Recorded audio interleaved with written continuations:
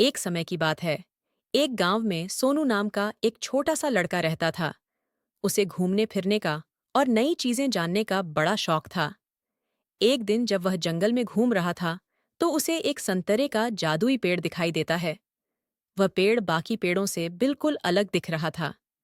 जब सोनू एक संतरे को छकता है, तो उसे अपने अंदर भरपूर ऊर्जा महसूस होती है और उसका दिमाग पहले से बहुत तेज हो जाता है।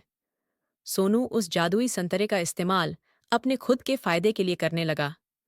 उसे हर चीज पहले ही पता चल जाता और हर कठिन से कठिन प्रश्नों को हल कर लेता था। दूर दूर से लोग उसकी इस प्रतिभा को देखने आते थे। जैसे जैसे समय बीतता गया, सोनू की शक्तियां कम होती गईं। पेड़ पर संतरों की चमक भी कम हो रही थी और धीरे धीरे उनकी भी शक्तियां खत्म होने लगी थीं।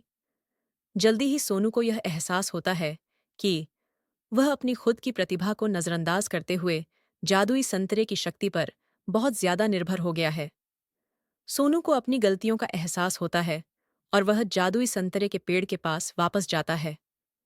वह अपने लालची स्वभाव के लिए माफी मांगता है और वादा करता है कि अपनी काबिलियत का उपयोग वह अच्छे कामों के लिए करेगा। फिर अचानक से पेड़ियज के बचे हुए संतरों में वापस चमक आ जाती है।